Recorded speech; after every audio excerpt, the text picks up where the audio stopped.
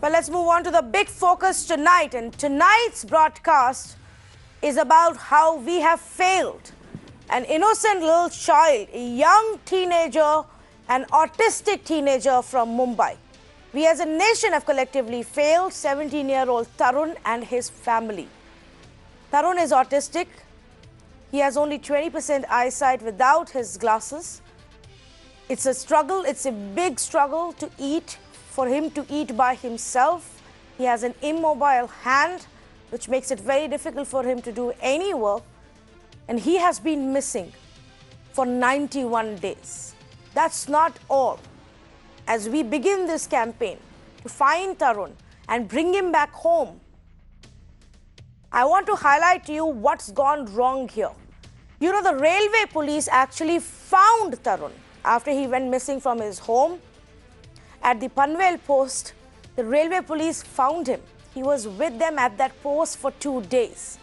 And then they got fed up and they simply dumped him in whichever train was passing by. They didn't even bother to find out if it's a passenger coach or a parcel courier coach that they were dumping him in at 1:30 in the night. And that train wasn't even Mumbai bound. It was going away, for taking him further away from his home.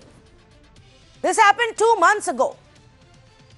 2 months since the system, since the railway police, since the government, since the police officials have known about this.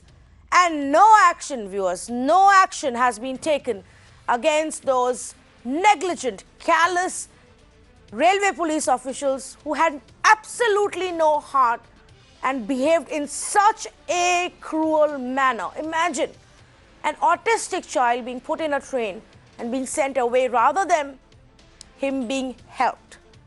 I'm going to tell you more and more details of this story. We will have the family of Tarun with us in the studios, telling us how they have tried to look for him and bring him back. But first up, look at this report.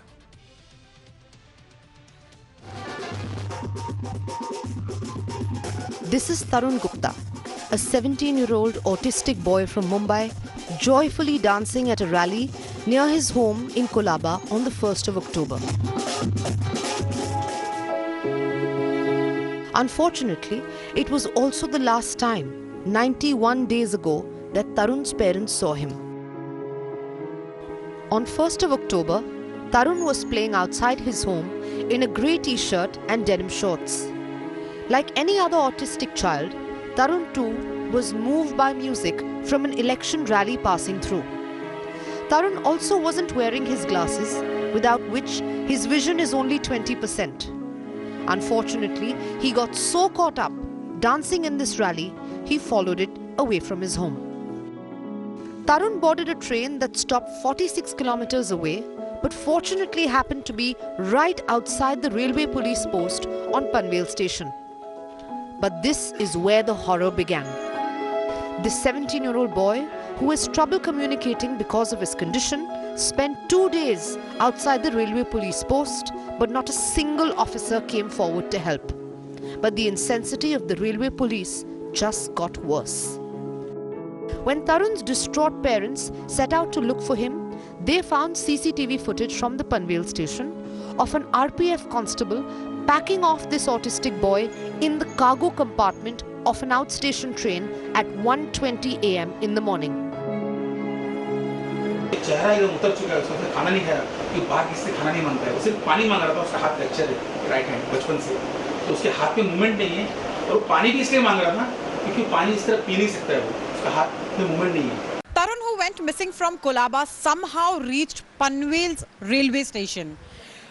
On the platform, when he reached Panvel railway station, then he came to the Railway Protection Force Chowki, RPF Chowki.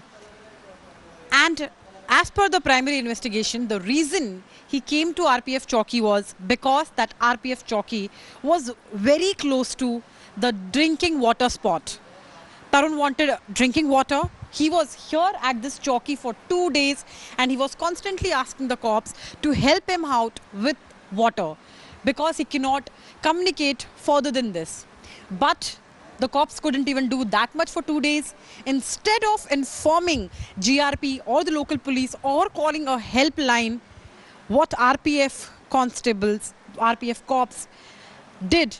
They dragged him from the chowki and they made him sit in an outstation train which went to Sawantwadi from this very place in a luggage compartment. फिर जाके हमने देखा तो RPF officer ने उसको हाथ पकड़ के, जो पार्सल वैन होती है इंजन के पास, उसमें उसको हाथ पकड़ के डाला है।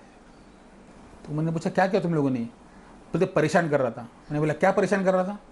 जब सीसीटीवी मैंने देखा पूरा उसका, तो उसका राइट हैंड फ्रैक्चर है बचपन से, तो बहुत कम मूवमेंट है। तो आरपीएफ की जो ऑफिस है उसके बगल में पानी का एक नल लगा हुआ है। ये डायरेक्ट पानी नहीं पी सकता हाथ से, इसके हाथ में मूवमेंट नहीं है। इसने प्लास्टिक की बोतल उठाई थी वहाँ से कहीं से। ये बार बार आके उनको सिर्फ पानी भरने के लिए बोल रहा था कि मामा मामा पानी पीना है, मामा मामा मामा को मामा बोल रहा था। What's worse is that the railway police have only initiated a probe, that too a month later, but still not taken any action against the irresponsible officer who forced Tarun to board this train instead of reporting it to any authority. Action has been initiated against the constable as well as the supervisors of Panvel station. An inquiry has been ordered by Assistant Security Commissioner, and they will be taken up under disciplinary and appeal rules. So that process is on. In the next set of CCTV footage from Sawantwadi station, his parents discovered that he had boarded another Mumbai-bound train. The family then went to each station on the way back from Mumbai and were told that in Chiplun, Tarun was found sitting on a reserved seat. The RPF once again had a chance to help this boy, but even then, the railway officials made him get up and sit by the door. His parents and the police since have been getting calls of Tarun being spotted in Virar, in Bandra and in Kandivali, but he is yet to be found. The matter also came up in the Lok Sabha. And while it has been a long, arduous journey of nearly 100 days, Tarun's parents have pinned their hope on the Mumbai police. तो बहुत ज़्यादा positive हूँ कि Mumbai police लेकर आएगी उसको। लेकिन RPF को नहीं, बिल्कुल नहीं। आरपीएफ से तो एक कुछ भी उम्मीद नहीं है। जो हरकत की उन्होंने, उसके बाद तो कोई सिंगल एक पैसे की उम्मीद नहीं उनसे, कि ऐसे लोग भी आरपीएफ में होते हैं जिनके अंदर 1% ह्यूमैनिटी नहीं है। As India prepares to ring in the new year, Mirror Now says, let's find Tarun and ensure he comes home to his family soon. With Santya Gora in Mumbai, Sanjana Chauhan, Mirror Now.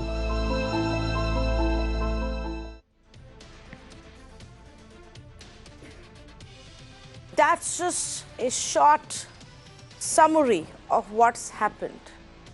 But today I want you all to know the full story. Today I want all of us to listen to the 91 long days of struggle, of pain and misery that it has been for his family. And point by point we'll show to you how at every step we as a nation and as a society have let this family down. Before I go to the family, I just want to quickly also bring in Santya, who's brought this story for us. Santya, tell us a little bit more about Tarun before we go to the family, and what is it that the RPF or the police have to say now as far as the hunt for him is concerned?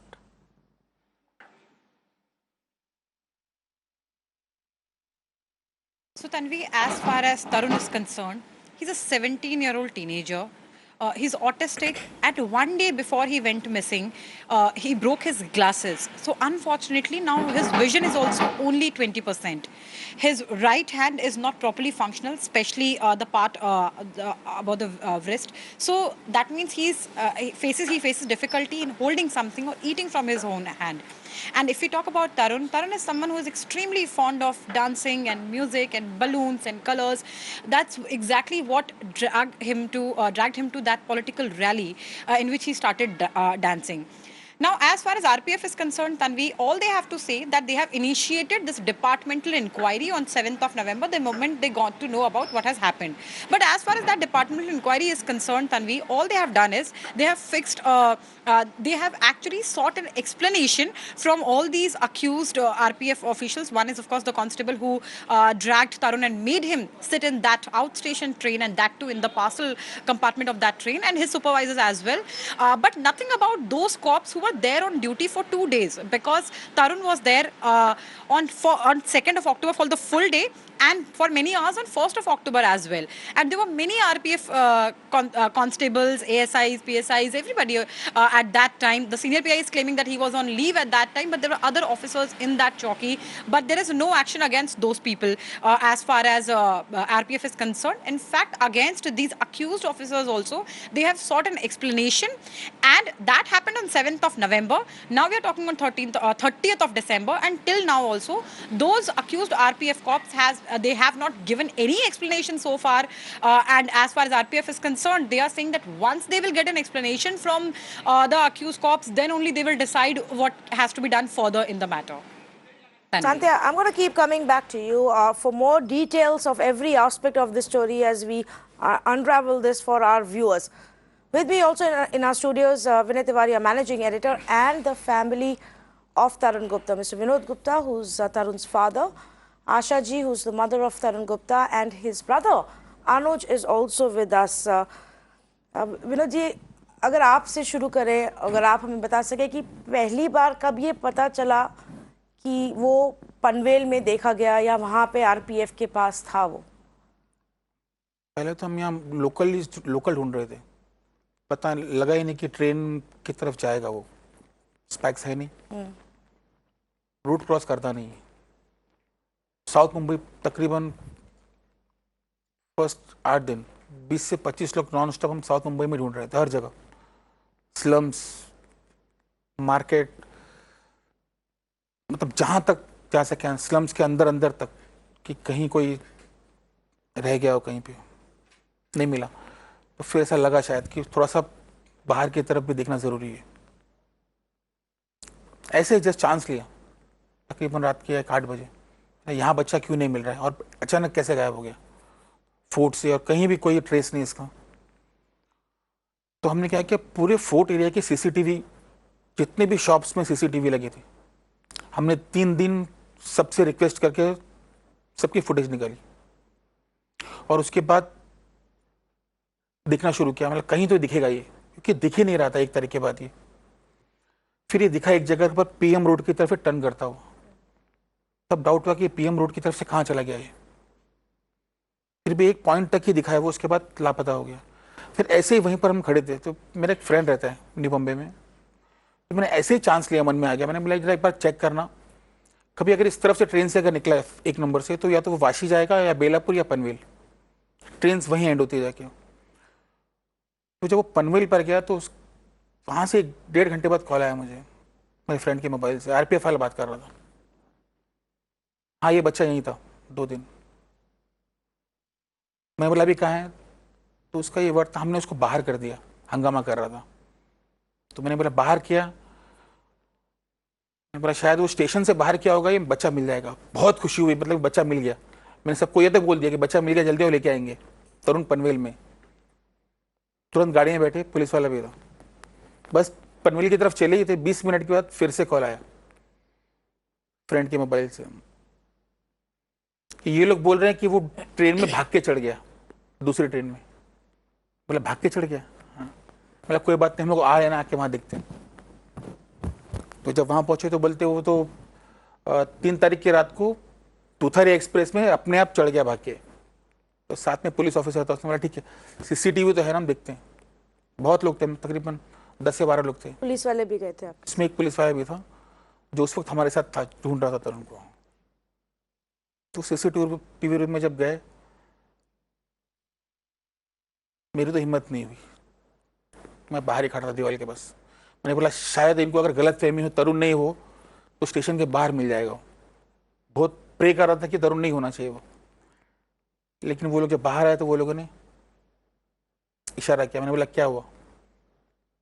फिर मैंने बाहर से देखा तो बंदे ने उसको parcel van में, पार्सल बोगी में इस तरह बुला के हाथ पकड़ के, वो नहीं जा रहा था, वो मुंडे हिला रहा था, ना ना ना ना ना ना, चढ़ा दिया। मैंने पूछा उसको, मैं बोला मैंने सिर्फ से एक ही लाइन पूछा, मैं बोला आपके यहाँ ऐसी कोई पॉलिसी नहीं है कि ऐसे बच्चों को आप जीआरपी को या लोकल पुलिस को दे सको? नहीं, हमारे यहाँ ऐसी कोई पॉलिसी नहीं है।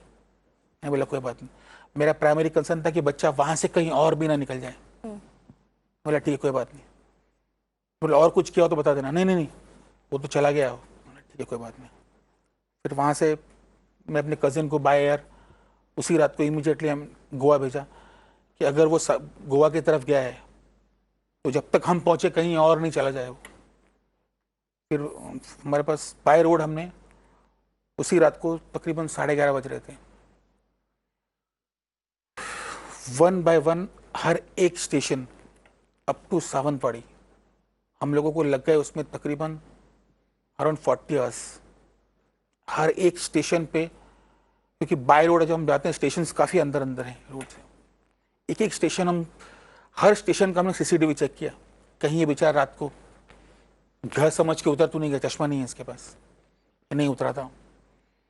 करते करते हम दूसरी रात को सावंतवाड़ी पहुंचे। फिर वहां पुलिस वाले मडगांव गए, सावंतवाड़ी गए, सीसीटीवी चेक किया तो जो फुटेज चल रहा है सावंतवाड़ी का फुटेज है। वहां ये उतरा है, लोगों से बैगिंग की है इसने, इशारे से खाना मंगाया, पानी मंगाया। ये जो वीडियो फर्स्ट का शॉर्ट वीडियो है, वहाँ ये बैग कर रहा है पानी के लिए, उस आदमी ने मना किया है, ये बाहर चला गया। प्लेटफॉर्म पे इसने इस तरह बैगिंग की है लोगों से, कुछ लोगों ने पैसे भी दिए इसको। एक आदमी ने इसको खाना खरीद के दिया, झुनका भाकर, ये बाहर का खाता नहीं है, लेकिन मजबूरी में इसने 2 दिन से भूखा है। इसकी शक्ल देखिए, खाना कहीं बाहर मांगता नहीं। वो लेडी बता रही थी उसने बहुत थोड़ा सा खाना खाया है और उसको फोल्ड करके डस्टबिन में डाल दिया, उसको पसंद नहीं आया। उसके पास पानी की बोतल थी, फिर इसने पूरा 1 लीटर पानी पिया है भूख से। 1 घंटा वहां बैठा रहा है प्लेटफॉर्म पर। फिर ये ट्रेन आई, जब सब लोग जाने लगे, ये अकेला पड़ गया है, तो ये भाग के फिर से ट्रेन में चढ़ा है। ये पता चला, फिर हम वापस आ गए। फिर से हमने एक स्टेशन चेक किया, 1 to 1 अप टू पनवेल है, कहीं भी नहीं उतरा ये। मैंने बोला आगे और आगे उतरा होगा, और अच्छा हुआ नहीं उतरा है, पनवेल मिल जाएगा। कुछ लोगों को हमने आगे भेजा, पनवेल रुक गए। मैंने बोला शायद अगर पनवेल में ये उतरा है तो कहीं गांव वगैरह में होगा। 2 दिन हम पनवेल में ढूंढते रहे इसको, बाकी लोगों को आगे देखने के लिए बोला, कोई ट्रेस नहीं आया। 2 दिन के बाद फिर से एक कॉल आया सावंतवाड़ी से कि आपका बेटा गोवा की तरफ गया, सावंतवाड़ी की ट्रेन पकड़ के। हम 5 लोग थे, एक पुलिस वाले थे, हम 4 लोग। इमीडिएटली हम 3 लोग सुबह की फ्लाइट से गए और पुलिस वाला और कजन जो है शाम की फ्लाइट से वो गोवा है। फिर से हम सावंतवाड़ी आए। उस दुकान वाले को पूछा तो थोड़ा सा वो कंफ्यूज था, बोला नहीं वो 3 तारीख को ही मैंने देखा था, वो गोवा की तरफ नहीं बॉम्बे की तरफ गया। हम फिर से खाली हाथ बॉम्बे आए, 5 लोग, कहीं नहीं दिखाई।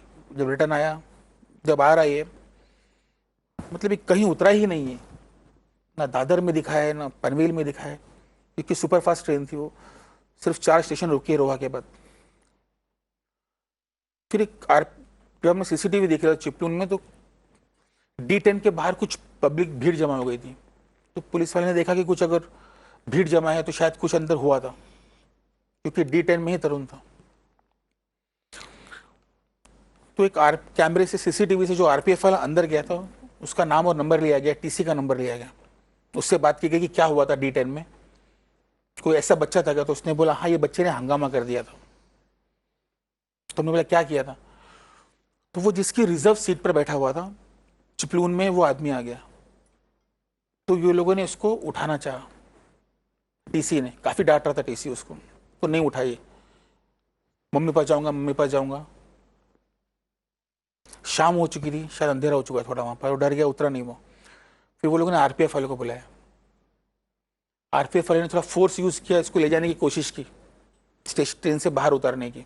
ये नहीं उतरा, इसने डरा हुआ था, पहले ही पनवेल में इसके साथ जो हुआ था, वहां पे भी उन्होंने उसको जबरदस्ती उतारने की कोशिश उतारने की की कोशिश। कि साथ में ले जाने के लिए अपने साथ, लेकिन उस वक्त आरपीएफ वाला अकेला ही था तो वो उतार नहीं पाया और दरवाजे तक लेकर आए थे पकड़ के उसको, तो जो पब्लिक थी वो शोर मचाने लगी, इसको चोट लग जाएगी छोड़ दो, और उतने में ट्रेन शुरू हो गई तो आरपीएफ वाले ने तो छोड़ दिया कि इसको चोट लग जाएगी। ये जमीन पे बैठा रहा अकेले, तकरीबन शायद 100 लोग थे उस कोच में, लेकिन किसी एक ने भी उसको ये नहीं सोचा कि एक हेल्पलाइन पे हम कॉल कर दें, ये बच्चा मिसिंग है। बाद में सब बोल रहे थे हमको पता था बच्चा मिसिंग है, इवन टीसी को भी लग रहा था कि ये मिसिंग है, लेकिन सब लग रहा था, एक्शन किसी ने नहीं लिया। अब वो बच्चा थाने उतरा, पैसेंजर से हमने बात की, कुछ बता रहे हैं कि ये दादर उतरा है, लेकिन तो वो जो आरपीएफ वाले थे वहाँ और एक टिकट कलेक्टर थे, दो तो सरकारी ऑफिशियल थे वहाँ, उन्होंने अगर उसको वहाँ बिठा भी दिया और शांत होने दिया, उसके बाद छोड़ दिया। शायद उनको पता नहीं था कि उसको कैसे हैंडल करना है, पर किसी स्टेशन पे पहुंच के किसी को बुलाना है, थोड़ा सा रिपोर्ट कैसा लिखानी उसको होती है। वो चिल्लाने लग गया, डर गया था और वो इतने दिनों से घर से बाहर था। 750 किलोमीटर अप, 750 किलोमीटर डाउन, बिना कुछ खाए पिए, नॉन स्टॉप। और ये कितने दिनों के बीच की बात है जो चिपलून में मिला? सेम डे, उसी दिन, ये 2 तारीख की रात को 1:20 यहाँ से इसको ट्रेन में डाला गया है। आफ्टरनून में 12:30 को सावंतवाड़ी उतरा है, 1 घंटा बैठा है, 1:30 या 1:40 की वो ट्रेन पकड़ के फिर से वापस आया है। मैं अगर आशा जी से इस समय पे एक चीज़ पूछना चाहती हूँ कि जो आप बता रहे हैं कि काफ़ी लोगों को समझ नहीं आया कि कैसे उसको हैंडल किया जाए जब वो चिल्ला रहा है या कह रहा है मम्मी के पास जाऊंगा और नहीं सुन रहा है किसकी बात। आप थोड़ा हमें बताएं उस तरुण के बारे में, लोगों को पता चले, कहीं किसी को मिल जाए तो थोड़ा तरुण के बारे में, किस चीज़ से वो कंफर्ट फील करेगा या किस चीज़ से उत्तेजित होगा, जो भी आप बता सकें। पर हम उसको फोटो दिखाएंगे नहीं, सिर्फ हम उसको तरुण भी बोल देंगे ना, तरुण, तो उसको ये पता चल जाएगा कि ये मुझे जानता है, बस वो एकदम आपके पास आके खड़ा हो जाएगा और आपको बोलेगा पापा को फोन लगाओ, पापा को फोन लगाओ। सिर्फ आप एक आवाज दे देंगे उसको तरुण, सिर्फ फोन दिखा दोगे, बस उसको ये पता होना चाहिए कि ये मुझे जानता है, बस वो आपके पास आके एकदम आप जैसा बोलेंगे वैसा करेगा। अगर नाम से उसको सिर्फ आप तरुण बोल देंगे, उसको ये पता होना चाहिए कि ये मुझे जानता है, बस वो आपके पास आएगा, आप जो बोलेंगे वो करेगा। मम्मी पास जाना है, हाँ, वो आपको खुद बोलेगा पापा को फोन लगा, पापा को फोन लगा। पहले यही बोलेगा कि मम्मी पापा को फोन लगाओ। वो बोल रहा था, वो मांगेगा फोन। उसको नंबर कोई याद हो? नंबर तो याद नहीं है, लेकिन वो इतना उसको समझ में है कि वो फोन से मैं बात कर लूंगा अपने मम्मी पापा से, बस इतना उसको समझ है बराबर। वो पहले आपका फोन मांगेगा। In fact, I just want to show, and I have one of his pictures, and Vinay also has another one. This is the picture of Tarun, and I think all of us need to take a closer look, especially those in Maharashtra. But we don't know by now where he is and where he's gone. If at all, if there is a time that you think social media helps, and forwarding posts and pictures and messages on social media helps, maybe this is that time. The numbers are flashing on your screens. ये तरुण की family के ही numbers हैं जो उनको ढूंढने में तरुण को मदद कर रहे हैं, उनके नंबर्स हैं। अगर आपको कहीं दिखे तो आप उस नंबर पे फ़ोन कर सकते हैं। I want to quickly go across to Sanjana, and जो चीज़ अभी हमें बता रहे हैं वो चीज़ को हम थोड़ा समराइज करेंगे कि क्या उसकी टाइमलाइन रही है। बट एक चीज़ तो क्लियर है विनोद जी कि आपको बहुत सारे कॉल्स आए, कुछ अंदाज़ा है आप कितने जगह जा चुके हैं अभी तक, कितनी लीड्स ऐसे मिली होंगी? 25 से 30 जगह, क्योंकि हम रुके नहीं रहे, नॉन स्टॉप पोस्टर्स लगाना, हर तरह की कोशिश कर रहे हैं। क्योंकि हर बार आप कहीं जाते होंगे तो वो उम्मीद रहती है कम से ये कम रहे, यहाँ मिल जाएगा, यही होगा, शायद ये एरिया फिर से कवर करते हैं, फिर से पोस्टर्स लगाते हैं। अभी 15 दिन पहले एटलीस्ट हमने 5-5.5 पोस्टर्स लगाए। अब तो यहाँ से टोटल 147 रेलवे स्टेशन लोकल, यहाँ से विरार, यहाँ से पनवेल, यहाँ से अप टू कल्याण, हर एक स्टेशन पे पोस्टर्स लगे हैं। एक उम्मीद से, शायद वो एक आंख हो जिसने फाइनली कहीं तरुण को देखा हो, शायद वो आंख इस पोस्टर को देख ले। हर रात को सोच के सोते, कल तरुण घर आएगा, कल तरुण। लेकिन दूसरी रात को फिर वो उम्मीद टूट जाती है, फिर 1 घंटे बाद उम्मीद बनती है, नहीं कल तरुण आएगा। कोई तो एक आंख होगी जो पोस्टर को देखेगी, कोई तो एक आंख होगी जो राइट तरुण की जगह बताएगा कि तरुण यहां है। ऐसा आशा जी कभी पहले हुआ है, मतलब अपनी ही गली में कहीं चला गया? जैसे हम ये वीडियो देख रहे थे तो उसको देख के ये तो लग रहा है कि उसको डांस करना अच्छा लगता है, वो मतलब बिल्कुल जान पहचान वाले लोग भी हैं अभी उनके साथ। तो ये तो थोड़ा और तरुण के बारे में आप बताइए, ताकि कोई अगर उसको कहीं देखे तो दिमाग में रहे या पहचान जाए। मुश्किल है, मुझे मालूम है ये बात करना, क्योंकि वो भी बात नहीं कर सकता ना एक्चुअली उतना, तो फिर बहुत डांस करना, पूजा करना, कहीं भी अगर पूजा होती है तो विदाउट इनविटेशन दरवाजा नॉक करके जाके बैठ जाना, घर में भी और कहीं भी, मतलब पूजा पाठ का बहुत ज्यादा। ऐसा बच्चा चला गया, कभी बिलीव ऐसा भी नहीं नहीं होता हुआ। है।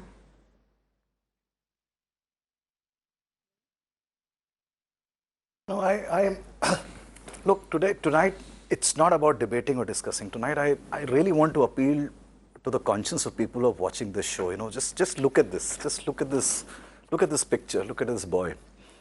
And I'm telling you, if you see that visual that we were running, the first sequence showed him, if people are watching this carefully at the station, they'll see there is a visual of him by his hand. He's making a gesture, trying to tell people, trying to communicate people, he's thirsty. His father has just told him that he doesn't eat food outside, right? Outside his home. He only eats home food. He hasn't eaten for 2 days and he's literally trying to tell people that he's hungry. I mean, at least there was one good Samaritan who probably bought him jhunka bakar, which obviously he didn't like, which is completely understandable. You know, tonight is the time when most of the people in this country, especially those who are watching this channel, are perhaps planning for their New Year's. There is a party tomorrow. They must be making their list. There must be a menu card. There must be all kinds of preparations looking forward to the New Year. People are making their New Year resolutions. They're doing all kinds of things looking forward. Imagine the plight of this family. They lost a child for no fault of theirs. Even if I was to assume for a second or a minute that this was something that could have happened, here is a system and an administration where they had the child for 48 hours, not 1 hour, not 2 hours, not half a day. For 2.5 days, this child stays with that constable, with that policeman, who's probably the most heartless man that you can think of. And I want Mumbai and the rest of the country to use that word for him. Mr. Arun Kumar, who's the DG of RPF, listening to this broadcast or is being told about this broadcast, you have a heartless official against whom you haven't acted. He's a man who's still on job. Imagine that boy was shoved into a train's parcel compartment at 1:20 in the morning. Which human being does that? Please tell me which human being does that. And on top of it, today we are being told that there is a charge sheet that has been filed against him, which is a departmental inquiry, and we've done this business long enough to know what this departmental inquiry means. It means nothing, it's a sham. That guy does not deserve to be in the job, he doesn't deserve to be in uniform, he should be out of the force right away. Well, RPF officials off the record have told our reporter Santya that they don't think this is a action which calls for suspension. I think it's not just that man. If collectively the RPF thinks in such a manner and has dragged its feet for now over 2 months, Vinay, over 2 months, they have known for 2 months that one man, that one constable put him forcefully in a parcel van and sent him away from home, and they have not acted against him. Yes, and I tell you something else. I can completely understand that a constable in a police force may not understand how to deal with an autistic child. That's possible. I mean, we are ready to accept that. Maybe the next hour, 9 to 10, we have a lot of experts who deal with autism and who will help us understand how to deal with a child like that. But please tell me, for heaven's sake, A policeman in uniform in India has the power and the authority. He's got a wireless at his command. Yes. He's got a messenger system. He's got a GRP at his beck and call. He can call the local police. He can call a child helpline. He can summon an NGO. He can summon experts. He can get them to come to the railway station to help them in trying to find a solution for it. Yes. Nothing of that was done for 2 days. And if this story doesn't make India angry about how things work, and if this story doesn't jolt the authorities in acting against such people who are insensitive, who are inhuman, and possibly do not deserve to be in any uniform of any color, then I don't think anything else will. Just think about it. Just look at the visual. Just look at that boy. He's coming out of the train, asking people to help him with food. He's asking for water.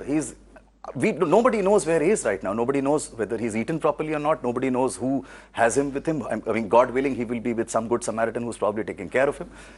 But is this the New Year that this family deserves? This is a New Year that Mumbai deserves. And Mumbai, I have personally, lived in many cities, and I can tell you, Mumbai is a city with a heart. And I would really be happy if Mumbai makes this as a New Year resolution, that they will make every effort, whoever they know on social media, wherever, to make this the biggest broadcast ever. And get this child back home reunited to this family so that they have a great 2020. Yes, and you know, Vinodji was telling how they began the hunt. All his friends, family members, colleagues, somebody in Navi Mumbai going from Navi Mumbai to Panvel station, going through CCTVs. That's humanity. But that one man, in fact, two of them, the second time in Chiploon, when they found him in the train, उनको नहीं पता उसके साथ कैसे deal करना है तो छोड़ दिया उसको वहां नहीं तो वो मिल जाता और आज घर होता वापस. 3 things that struck me while Mr. Gupta was recounting his story was this. The constable tells him, the RBI constable, हमने उसको बाहर कर दिया क्योंकि वो परेशान कर रहा था. This is the one shade of Indian administration and the way it works. 40 hours they've been going from station to station to station to check where the child must be on CCTV footage. 40 railway stations. Think about it. Everybody hearing this broadcast should think about it. 147 stations is where they've gone to put up posters. Just think. Their life has completely changed. In 91 days that they've been hunting for the child, they've gone to 147 railway stations putting up posters. It's only hope that's making them do it. We failed. We failed them as a family, as a city. We failed them as a system. And we failed them as a governance model and tool. There is no compassion if this is what a policeman or any person in authority does. There are a lot more details that we want to bring to our viewers, and because it's so difficult for the family to recount every single time, every single thing again and again, I'm actually going to first just go across to Sanjana. And Sanjana, we cannot emphasize on this enough, on how the RPF again and again and again let this autistic child down. Tanvi, exactly. What I'm going to take you through are all the opportunities that the RPF had to help Tarun, to assist him in any kind of way, but they didn't. So first, Tanvi, for the first 2 days, let me just tell our viewers that for the first 2 days that Tarun was at the Panvel railway station, he was there outside.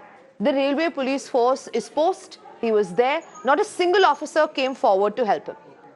Secondly, after that, the RPF constable, as we have been reporting, rather heartlessly, definitely agitated, took Tarun and dumped him in the cargo compartment of an outstation train.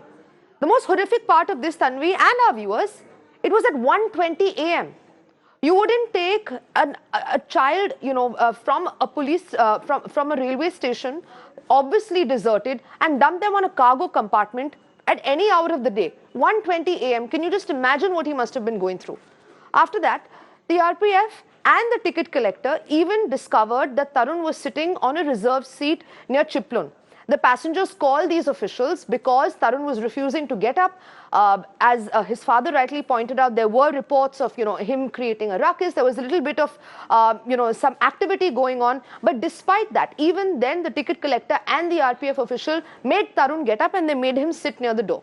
Not once was he asked if he was all right, where his parents were. He had a bottle of water in his hand. Nothing.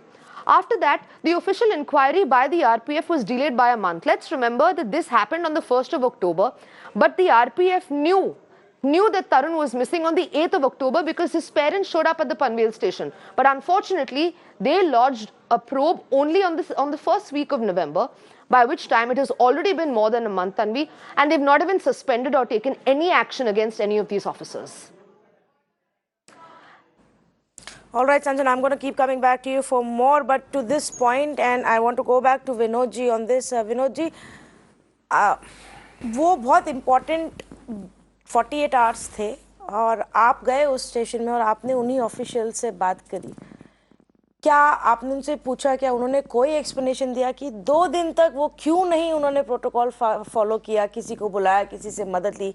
2 दिन क्या कर रहे थे वो लोग? Policy नहीं, कोई ऐसी कोई पॉलिसी नहीं.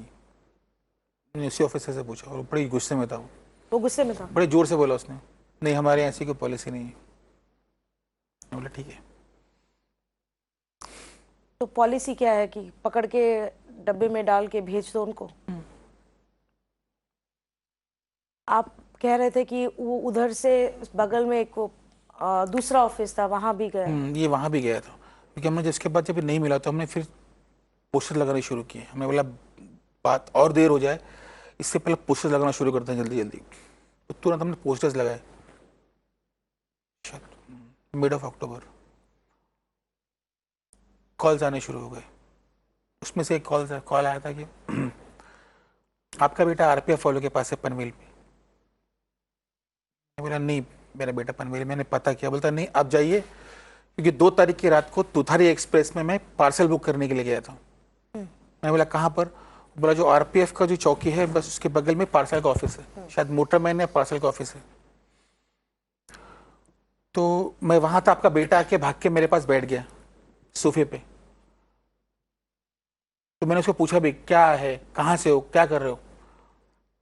तो वो एक ही बात बोल रहा था, मम्मी पास जाऊंगा, मम्मी पास जाऊंगा, मम्मी पास जाऊंगा. तो मैंने थोड़ा सा हंसी मजाक भी किया. तो वो बस एक ही बात बोल रहा था, मम्मी पास जाना है, मम्मी पास जाना है. उतने में 2 आरपीएफ वाले आए और उसका हाथ पकड़ के खींचते हुए बाहर लेके गए. तो उस आदमी को ये लगा कि शायद उन्होंने उसको अपनी कस्टडी में रखा है या कहीं रखा होगा. तो मैंने उसको बताया नहीं, वो लोग बाहर तो ले गए, उसको स्टेशन के बाहर कर दिया था. और फिर उसके बाद जब वो ट्रेन आई 1 घंटे बाद, तो ये कॉर्नर में आके पानी की बोतल लेके इस तरह खड़ा है देखते हुए. मैं वो पार्सल वैन खोला, सबको बिठाने के बाद उसको इस तरह बुलाया, अंदर कर दिया. वो नहीं जा रहा था.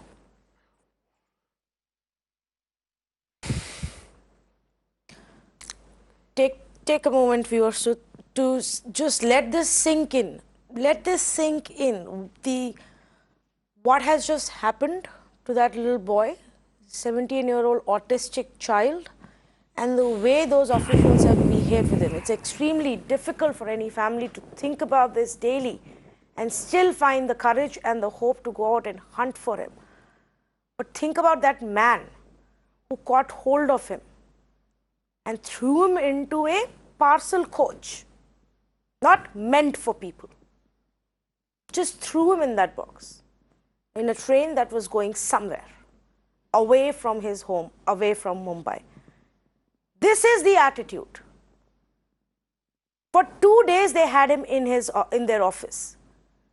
He went looking for help. He went looking for water. And this is how those officials treated him. And then they say कि कोई policy नहीं है. I want to go across to Santya on that point, because Santya has actually been tracking this day after day after day, asking what action is being taken, both to find Tarun and also against those who didn't do their job right. Santya, is there no policy? Aren't RPF, isn't there a protocol for missing children, let alone autistic children within the RPF?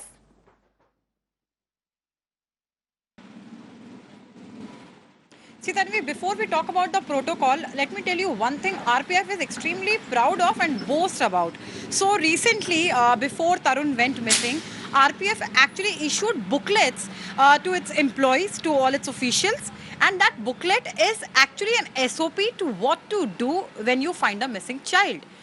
And yes, that's the irony here. RPF boasts about that.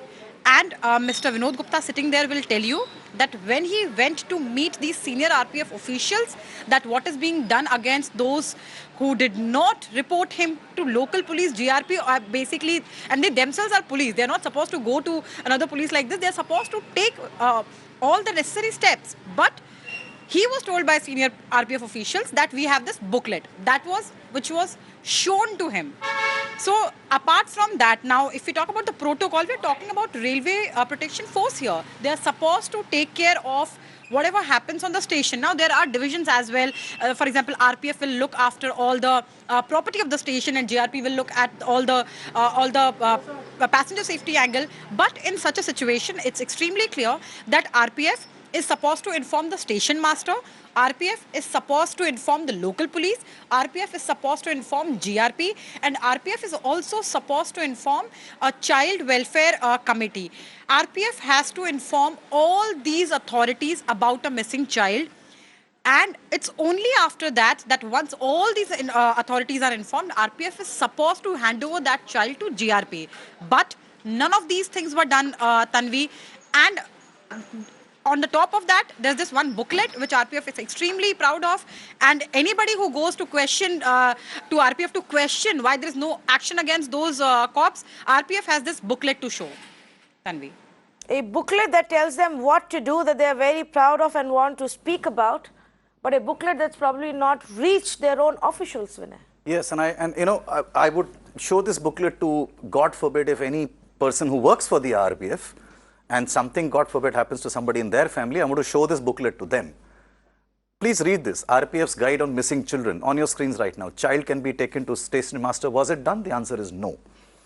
Next point will tell you about how the RPF says that they should call the Child Welfare Committee or the local. The answer is no. This, you know, for somebody, Mr. Gupta just said that that officer was telling him procedure nahi hai, ye policy nahi hai, right? The same policy is now being used to take action against these people, which has been dragging on for the last 2.5 months. They started an inquiry mid-November. 1 month after the incident happened, a so-called inquiry was started. We are now sitting on 30th December. We're heading into the new year. That inquiry is still not over. God knows what inquiry they are doing, which cannot identify and find out that this is inhuman. There is no other word for it. And there is nothing to be decided on that or probed into that. वो खुद बोल रहे हैं. Mr. Gupta has spoken to that man. And it's there on camera. That man is in as many words saying his action is on camera. The entire 2-day event and that specific action has been caught on CCTV. Is sitting right there, that evidence. They have seen it. The official is admitting it. And yet the RPF says, well, we are still investigating. I'm going to take a very short break. But this is not over. This story needs your attention. We are going to bring in more experts to help you understand why and how to deal with autistic children, why this is such a grave problem, and how lack of sensitivity and awareness plagues our entire country over this issue. Stay with me.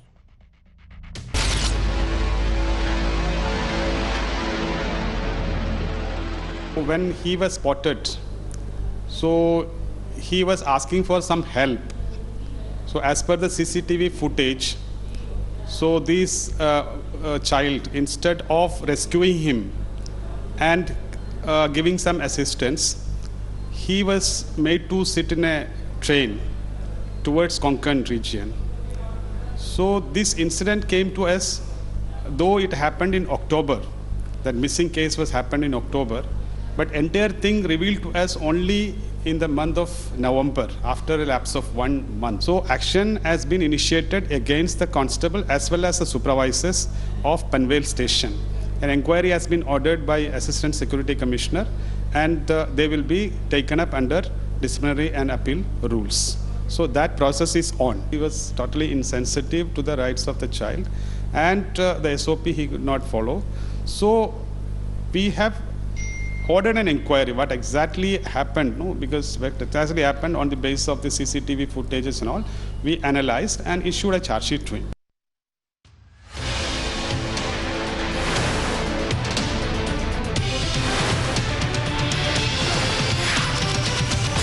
Welcome back to the special broadcast. A 17-year-old autistic boy has been missing from Mumbai for the past 91 days.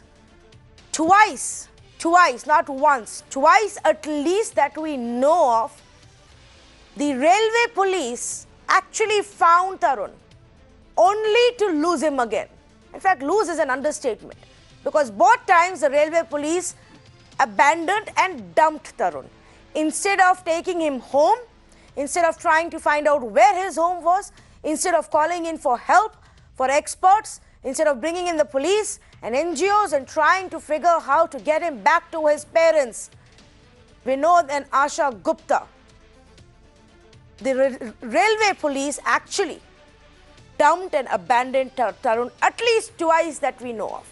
For 91 days, every day his family has been going around looking for him in Mumbai and in rest of Maharashtra, all the way even to Goa, going through CCTV visuals of shops and stations and offices, trying to find where their child is. This is a story where we have collectively failed in finding their lost son. Before I bring in our other experts, I want to just ask Mr. Vinod Gupta if there is a specific message. Vinod ji, कोई message हमारे देशवासियों के लिए या हमारी सरकार के लिए या पुलिस के लिए? कमिश्नर ऑफ पुलिस से मैं रिक्वेस्ट करना चाहूँगा, थोड़ा सा अगर पुशअप करे बच्चा मिल जाएगा। थोड़ा सा सीरियस सर्च की जरूरत है। बच्चा कहीं नहीं गया है, आसपास बैगिंग करते हुए देखा गया है, माहिम के आसपास कहीं भी होगा, लेकिन जिंदा है तो है, इतना कॉन्फिडेंस है, जिंदा है वो।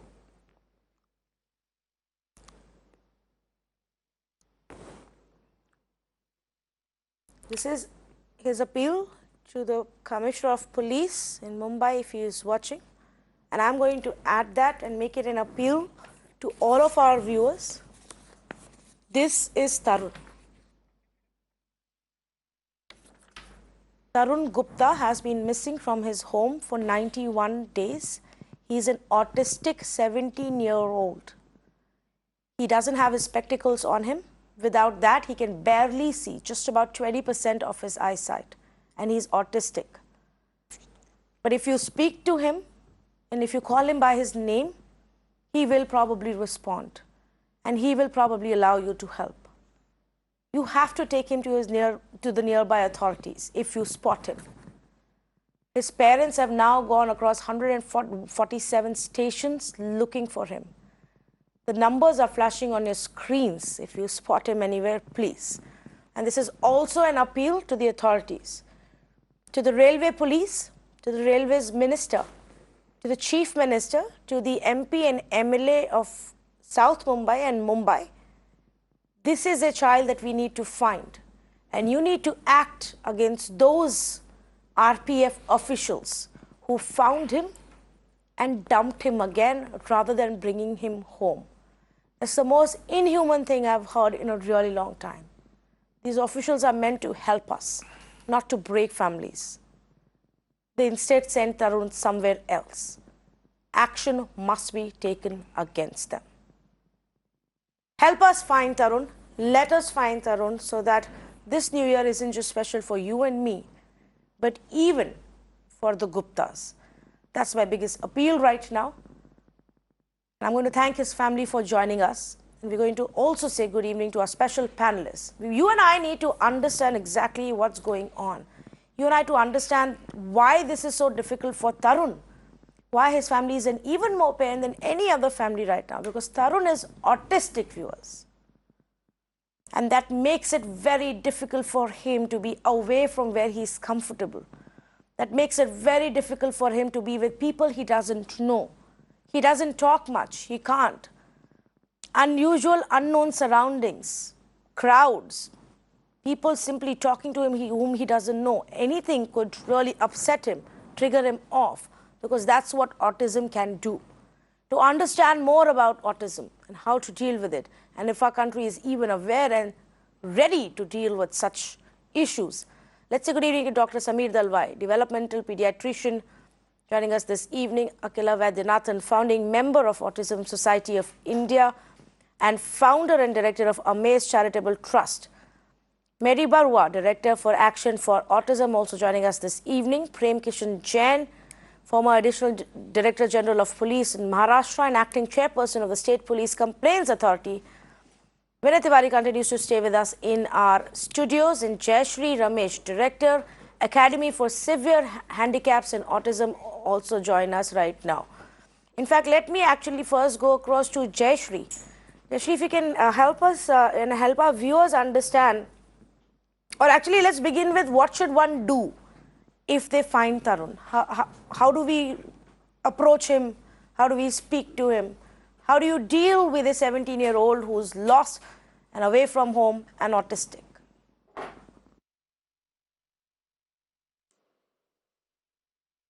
Hi.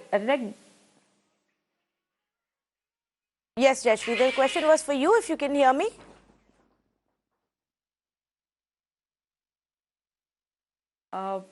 Yeah, I missed the last part of it. No, I just wanted to ask you if you can tell us how should one approach Not able to hear Tarun you? or any other 17-year-old autistic child who's lost and away from home? If somebody sees him and spots him, how do we approach him?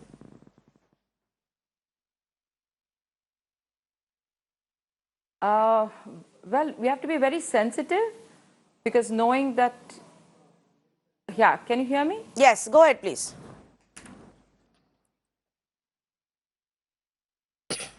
Yeah. I think we have to approach him very cautiously, be very sensitive, since we know that he has been away from home. So I'm sure he's going to be under a lot of stress, a lot of anxiety. And since Tarun, I understand, is able to communicate a little bit, I think we should take advantage of that and help him first relax, and then, kind of take him to a safe place, and immediately, I think, connect with the parents, because I think they will be the best people to be able to alleviate Tarun's anxiety. As I say good evening to all of our panelists who are joining us, and we continue this conversation. For our viewers also who are tuning in right now, let me tell you this story one more time. This is the story of 17-year-old autistic Tarun Gupta. Tarun Gupta went missing from his home 91 days ago. He was lost, but then abandoned and dumped twice again by the authorities. And so his parents are still looking for him. This is Tarun Gupta's story. Take a look. This is Tarun Gupta, a 17-year-old autistic boy from Mumbai, joyfully dancing at a rally near his home in Colaba on the 1st of October.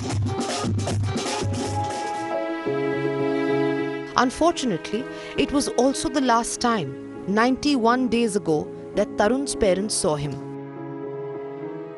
On 1st of October, Tarun was playing outside his home in a grey t-shirt and denim shorts. Like any other autistic child, Tarun too was moved by music from an election rally passing through. Tarun also wasn't wearing his glasses, without which his vision is only 20%. Unfortunately, he got so caught up dancing in this rally, he followed it away from his home. Tarun boarded a train that stopped 46 kilometers away, but fortunately happened to be right outside the railway police post on Panvel station. But this is where the horror began. This 17-year-old boy, who has trouble communicating because of his condition, spent 2 days outside the railway police post, but not a single officer came forward to help. But the insensity of the railway police just got worse.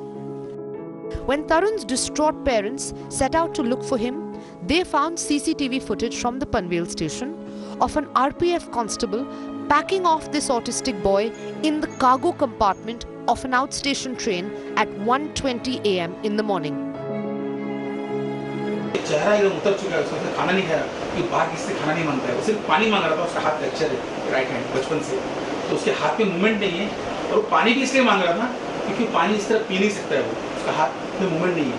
Tarun, who went missing from Colaba, somehow reached Panvel's railway station. On the platform, when he reached Panvel railway station, then he came to the Railway Protection Force Chowki, RPF Chowki. And as per the primary investigation, the reason he came to RPF Chowki was because that RPF Chowki was very close to the drinking water spot. Tarun wanted drinking water, He was here at this chowki for 2 days and he was constantly asking the cops to help him out with water because he cannot communicate further than this. But the cops couldn't even do that much for 2 days. Instead of informing GRP or the local police or calling a helpline, what RPF constables, RPF cops did, they dragged him from the chowki and they made him sit in an outstation train which went to Sawantwadi from this very place in a luggage compartment. फिर जाके हमने देखा है तो RPF officer ने उसको हाथ पकड़ के, जो पार्सल वैन होती है इंजन के पास, उसमें उसको हाथ पकड़ के डाला है। तो मैंने पूछा क्या किया तुम लोगों ने? तो परेशान कर रहा था। मैंने बोला क्या परेशान कर रहा था? जब सीसीटीवी मैंने देखा पूरा उसका, तो उसका राइट हैंड फ्रैक्चर है बचपन से, तो बहुत कम मूवमेंट है। तो आरपीएफ की जो ऑफिस है उसके बगल में पानी का एक नल लगा हुआ है। ये डायरेक्ट पानी नहीं पी सकता हाथ से, इसके हाथ में मूवमेंट नहीं है। इसने प्लास्टिक की बोतल उठाई थी वहाँ से कहीं से। ये बार बार आके उनको सिर्फ पानी भरने के लिए बोल रहा था कि मामा मामा पानी पीना है, मामा मामा मामा, उनको मामा बोल रहा था।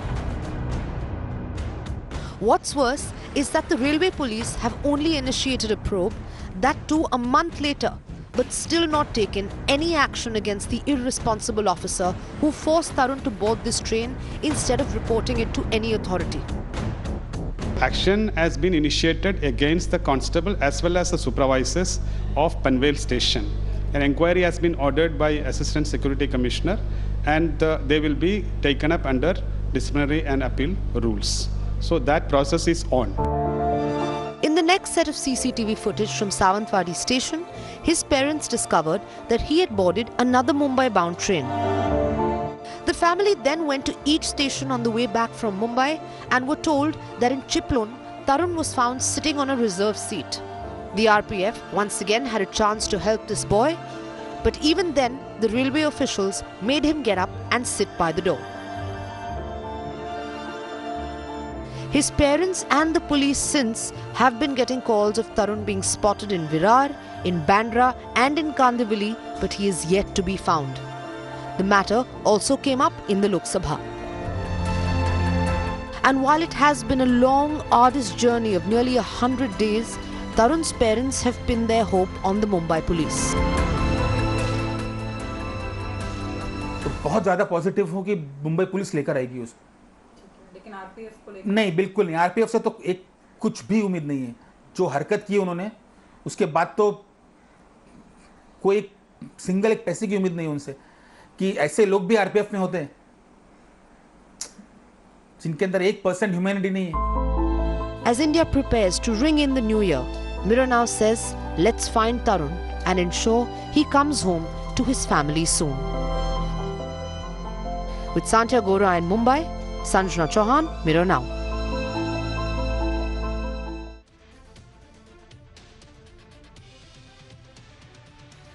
Twice, not once, but twice,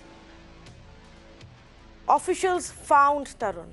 Once at the Panvel station, where he went to the RPF. He was with them for 2 days, and then they got fed up of him. They said he became too annoying. He was creating too much ruckus. So they put him in a train going away from Mumbai towards Goa. They put him in the parcel coach, not even the passenger coach of that train. Simply pulled him and dumped him in that coach and said, well, that's good riddance. We don't know what to do with you. We don't care. We couldn't care less. Those men still don that uniform every single day for the past 3 months. Those men are still part of the police force, have not faced any action. And when Tarun's father went looking for him and went to that railway station and went to that police chowki, they said, वो तंग कर रहा था, तो हमने उसको भेज दिया. First, they tried to lie about it. They said he ran away, boarded a train and ran away. But when the CCTV footage of the platform exposed the sheer cruelty of these RPF officials, those men still had no regret. The second time, when he was inside that train, obviously without a ticket, because he was forcefully shoved in, and he got off at different stations and boarded the train again. he was again found by the ticket collector and an RPF constable. They didn't know how to deal with it. They didn't know how to deal with Tarun. Tarun is autistic. He's 17-year-old, away from home, lost, and suffers from autism. And so because they didn't know how to deal with him, they just pulled him away from the reserved berth and left him by the door and forgot about him. Everybody in that coach forgot about him. The RPF constable forgot about him. The ticket collector forgot about him. For 91 days, day after day after day, his family has now been going from one railway station to the other. For hours together, they have travelled across the length and breadth of the Mumbai-Maharashtra train tracks, looking for their son. They've had at least 40 calls made to them saying, oh, perhaps we have spotted your son. Oh, we did see somebody who was like your son. And every time they have returned home disappointed and a little more heartbroken. Many times I've actually come across other autistic children who've been separated from their families, who've lost their way. And they say these children are still roaming on platforms, sitting at railway stations with nobody bothering about them. How do we change this? How do we become a better society? That's the big question. And if you spot Tarun anywhere, the numbers are flashing on your screens. Please note them down and get in touch with his family. Dr. Sameer Dalwai, the biggest challenge here is that Tarun doesn't like to talk. He can't talk much. He can't communicate. The thing that he over and over says is, "Mujhe mummy ke paas jana hai." How do we deal with such a situation? Anybody who comes across him? Well, I mean, it's tough to say, but first and foremost, let me place on record on behalf of everybody who works with children with special needs, that your channel has taken this up at prime time. I think that's the best thing that could have been done for two reasons. One is because hopefully with what we are doing right now, we'll be able to find Tarun and get him back home for New Year's. And the second is we are creating a huge awareness of the problem that society has created for children with autism or children with special needs. And I'll repeat my words, the problem that society has created for children with special needs. Because this is just, I don't call it autism spectrum disorder, I call it human spectrum disorder.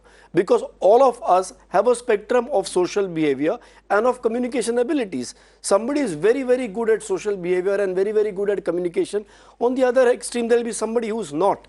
Children with autism, such as we call it, are only those who have a problem understanding human social behavior, how to behave in a certain situation, and then how to communicate with people.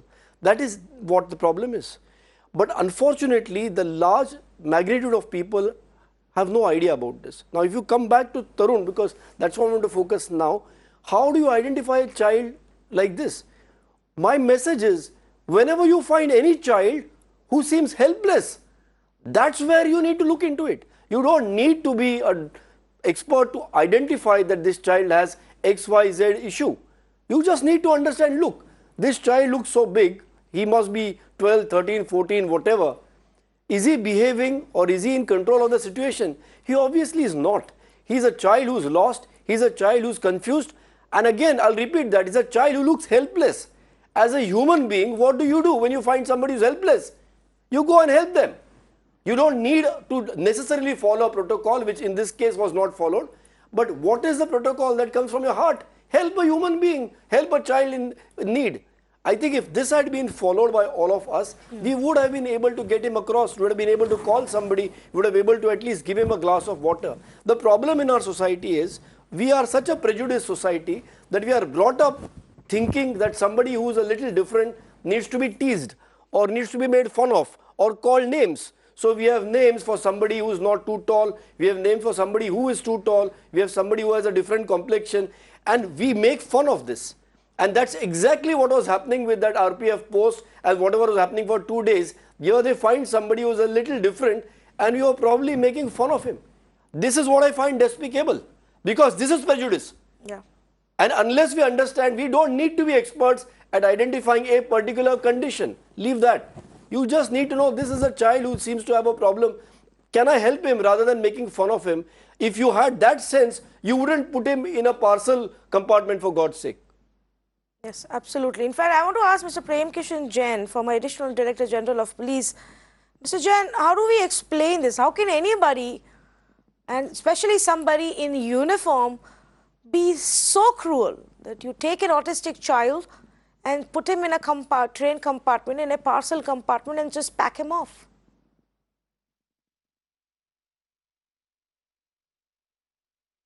I have no words to say or even condemn this kind of an incident.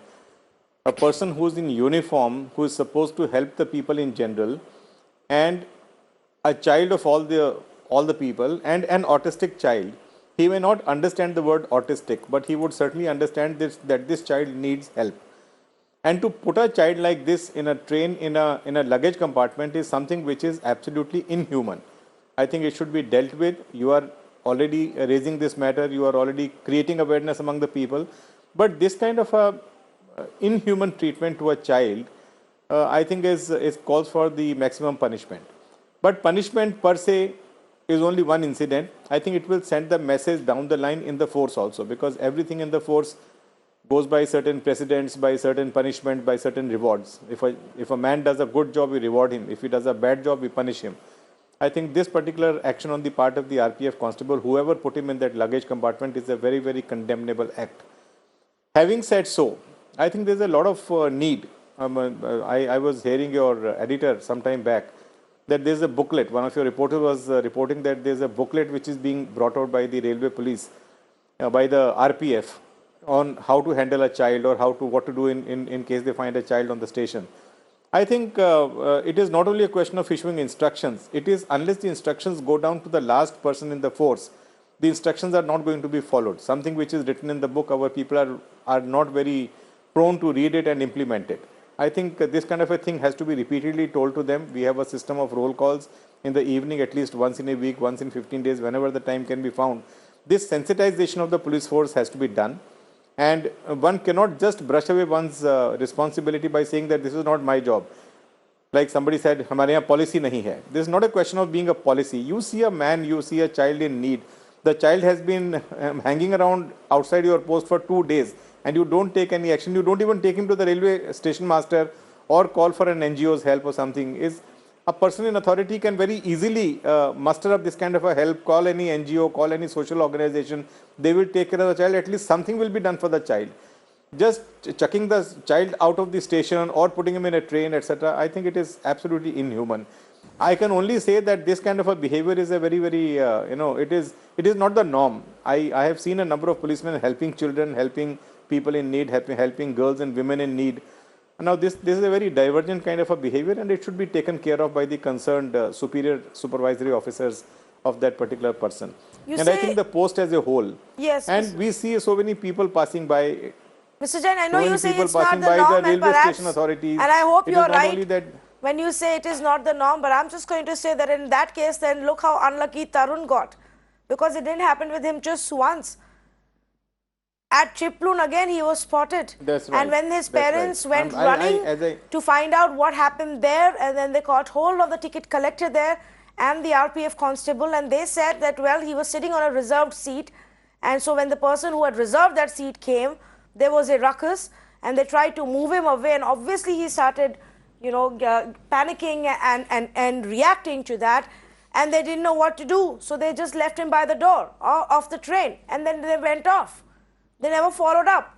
So we had him. We had found him a second time, and we had lost him. Now, Vinay, you don't need a booklet to tell you how humanity works. No, I just want to tell Mr. Jain, because he's also, headed the Police Complaints Authority, and I must tell him this, that I'm happy to hear that this is not the norm. But precisely for that reason, look at how the RPF and its hierarchy from top to bottom have reacted once this got known that this is what the constable has done. Both senior-most officers of the RPF, and I'm not naming them because they've chosen to remain anonymous, they haven't said so on record, but I can tell you the highest level of RPF's hierarchy have told us that अब ये तो बच्चे बहुत सारे गायब होते रहते हैं, हम क्या कर सकते हैं? Correct. This man has been, so they may play around with jargon, we are well aware of bureaucratic jargon. There is a DE, a departmental inquiry that is currently on paper for 3 months now. And their official version is that once the DE inquiry is over, we will charge sheet him. This is nothing but bureaucratic nonsense. because this calls for an immediate suspension, and pending inquiry, this man is fit to be dismissed. He doesn't deserve to be in a uniform. He's still in a uniform of any color. And I'm saying so again, this man doesn't deserve to be in uniform of any color. 2.5 months they've been carrying out this inquiry on an incident like this, where there is CCTV camera footage which tells you in black and white what really happened that day. Yes. This boy was put in a parcel van at 1:20 a.m. when the roll call that Mr. Jain was talking about is when this thing started actually. There was a roll call happening where the shift was changing. This guy, it's a constable got irritated and dragged him out and shoved him in the van. I can understand at 1:30 in the morning. And if it's an exception, you should take an exceptional action against the person, because as he rightly said, it sends a message down the line that this kind of behavior is not tolerated in a force that's supposed to be helping people and not doing what they did. No, so for 2 months, and I will give this benefit of doubt also to the RPF, because they seem to be telling our reporter that we only found out, the senior officials only found out about it a month later. A month after the family had found out that their child had been packed off in a parcel van of a train and been sent away because he was annoying the policemen. But even if you say the inquiry has gone on for 2 months, my fear now is that there is CCTV footage that exists, Vinay, that puts it in black and white, which has not been given to the family, which is simply there with the authorities, and tomorrow it will just go missing. And there will be a clean sheet given to these officials, because then there will be no evidence, despite these officials themselves telling the family that yes, he was here for 2 days and then we sent him away. We didn't know what to do. There is no policy. Mr. Jain, these are the words that the family claims that RPF official told them. कि मैंने उसको train में डाल दिया because हमारी तो कोई policy नहीं है. Now my question to you is, when you say there should be action against him, what action should be taken against him?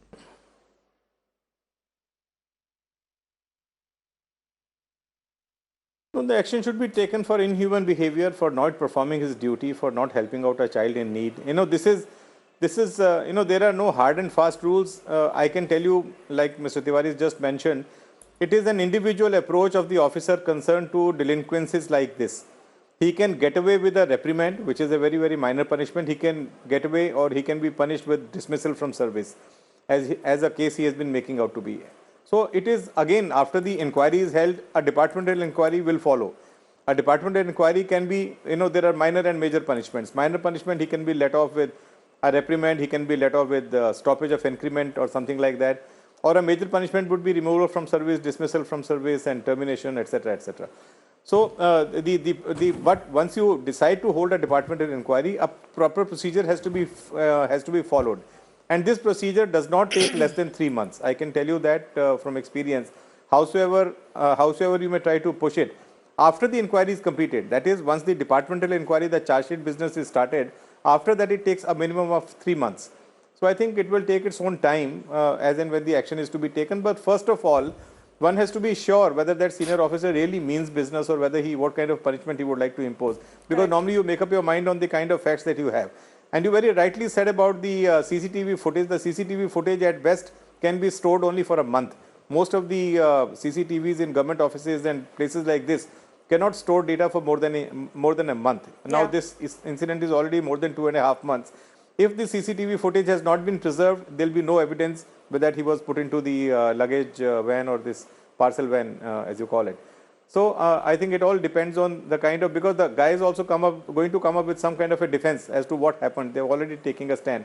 Right. And it is certainly, once this kind of a stand is taken, it is, unless there's a physical evidence available, it is very difficult to pin down the default on the concerned person. So I think I don't know what is going to happen, but the only thing I can say is I can condemn it. I can say that this is a divergent behavior which must be tackled with the utmost ruthlessness.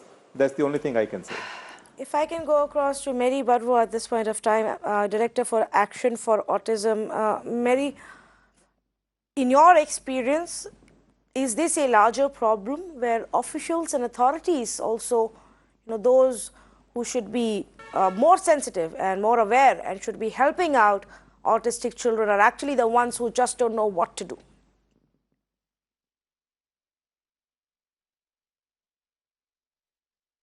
You know what, people with autism getting lost is something that happens a lot more than other populations. And sometimes you do have very helpful professionals, whether they're police or any other group of people, who really help you to track down the individual. We've had experiences with the CRPF in the metro in Delhi and with the police as well, where people have been, and even the general public have been helpful. Unfortunately, in Tarun's case, it's not just the police. Think about the passenger whose seat he was sitting on. They could very clearly see that this is a 15 or 16-year-old who is not able to communicate the way even a 5 or 6-year-old does. It was very, very clear that this is somebody who has some kind of a challenge. But those passengers were only interested in their seat. It did not matter to them what was being done with this young person. And so, what the behavior that you see with the railway police, it's reflected in the passenger as well on the train, who thought nothing of just taking this boy and dumping him somewhere because he did not have a right to that seat.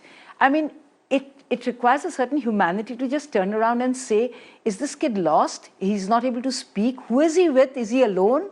Somebody like this? I mean, these are questions that the police had to ask of themselves when he was hanging around outside the police station. And I really think, as Dr. Dalwai was saying, there's something very seriously wrong with us as people, that we do not, and it's not just people with autism.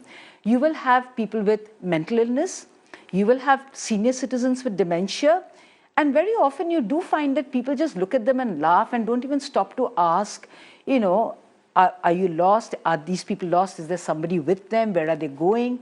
These are simple things that we all need to do. And it's not just to do with autism, it's to do with any child and anybody who seems to be lost.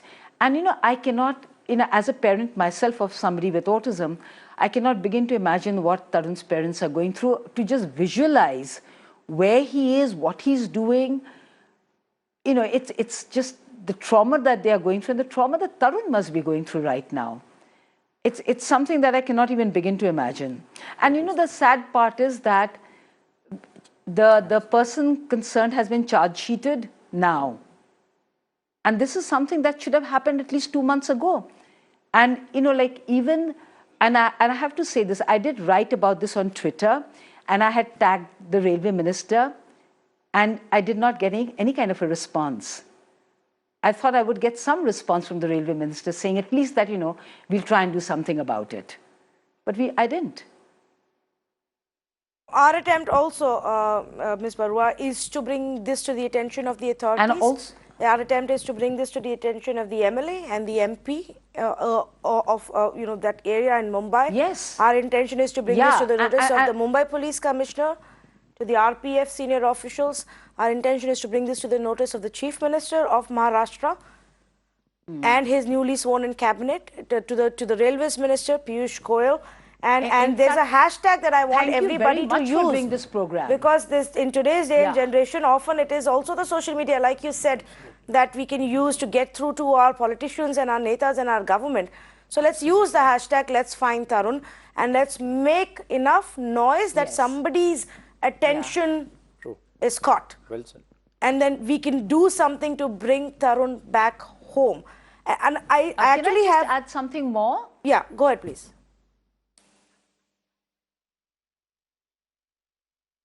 Just quickly, two things. One, thank you very much for doing this program at prime time, because it draws attention to something very important. The other one, I think we need to do some kind of a sensitization with people who are in public roles, whether it's the police or whether it's the fire brigade people or whether it is the CRPF, creating awareness of persons with disabilities, any kind of disabilities, whether it is geriatric disability or disability brought along because of developmental conditions, and how to be around people like that in situations like this. Because they are the ones that people with disabilities will interact with when they get lost. And it is very important, or in times of crisis. And there has to be some kind of sensitization, whether we bring it through the Rights of Persons with Disabilities Act or any other way. Something needs to be done about this in order to create a larger awareness of people like this who are lost or away from homes, and what should be done about that. So I'm actually going to take that point across to Akila Vaidyanathan. And Akila, I'm going to make this now very basic. For anybody, including us and those in uniform, to know and how to deal with a situation like this, we need to understand what is autism. And they may, and honestly, I don't think many of us even right now understand it or are able to spot it if you see somebody with those characteristics. So if you can just explain the basics just for our viewers. So if you see a person with autism on the street all alone, they would probably be just walking. They won't be looking at you. They may bump into you. They may look for something they need, like they may look for water or food, like you saw Tarun in the video doing, because they are able to take care of their basic needs if somebody will give it to them. They can't sort of probably ask for it. So what the authorities can do, even if a person doesn't speak, is to show even pictures of water, toilet, food items to the child initially, so that at least they know what the child will, accept, and keep the child safe in one place. Don't let him wander again. He's already lost. So if one can ensure that he's kept safely, give him a chair to sit down or something like that, and and then inform, because there has to be two things done. One, the child should be kept comfortable and safe, and then reported to whichever authority is most accessible at that point. It could be an NGO, it could be the police, it could be, the press, whoever can help at that point to, get in touch with the child's parents, who are obviously desperately looking for him. Okay, I just want to one more time before we take this conversation forward and ask more questions to our experts, play out an excerpt of the interview we did with Tarun's father. Vinod Gupta has been now looking for his child for 91 days. He's gone through about 147 different railway stations. He's gone through CCTV footage of countless shops and offices and railway stations and platforms, and looking for his child. He's got at least 40 calls, if not more. And every time he's been disappointed, he was recounting to us 3 different instances that he could remember where it was not his child, but somebody else's child, a child who's autistic and lost. And it's heartbreaking what that family is going through. Please listen to him. फिर जाके हमने देखा है तो RPF officer ने उसको हाथ पकड़ के, जो पार्सल वैन होती है इंजन के पास, उसमें उसको हाथ पकड़ के डाला है। मैंने पूछा क्या किया तुम लोगों ने? बोलते परेशान कर रहा था। मैंने बोला क्या परेशान कर रहा था? जब सीसीटीवी मैंने देखा पूरा उसका, तो उसका राइट हैंड फ्रैक्चर है बचपन से, तो बहुत कम मूवमेंट है। तो आरपीएफ की जो ऑफिस है उसके बगल में पानी का एक नल लगा हुआ है। ये डायरेक्ट पानी नहीं पी सकता हाथ से, इसके हाथ में मूवमेंट नहीं है। इसने प्लास्टिक की बोतल उठाई थी वहाँ से कहीं से। ये बार बार आके उनको सिर्फ पानी भरने के लिए बोल रहा था कि मामा मामा पानी पीना है, मामा मामा मामा, उनको मामा बोल रहा था। उसका चश्मा टूट गया था एक रात पहले, और उसका विजन हार्डली 20% होगा। उसको दिखता भी नहीं है इस वक्त, ना उसको दिख रहा है, ना वो बात कर सकता है, ना उसका हाथ चलता है। हर एक चीज चेक किया हमने, सावंतवाड़ी तक नहीं मिला वो। Dr. Dalwai, I just wanted to take, what we were talking about this a step further.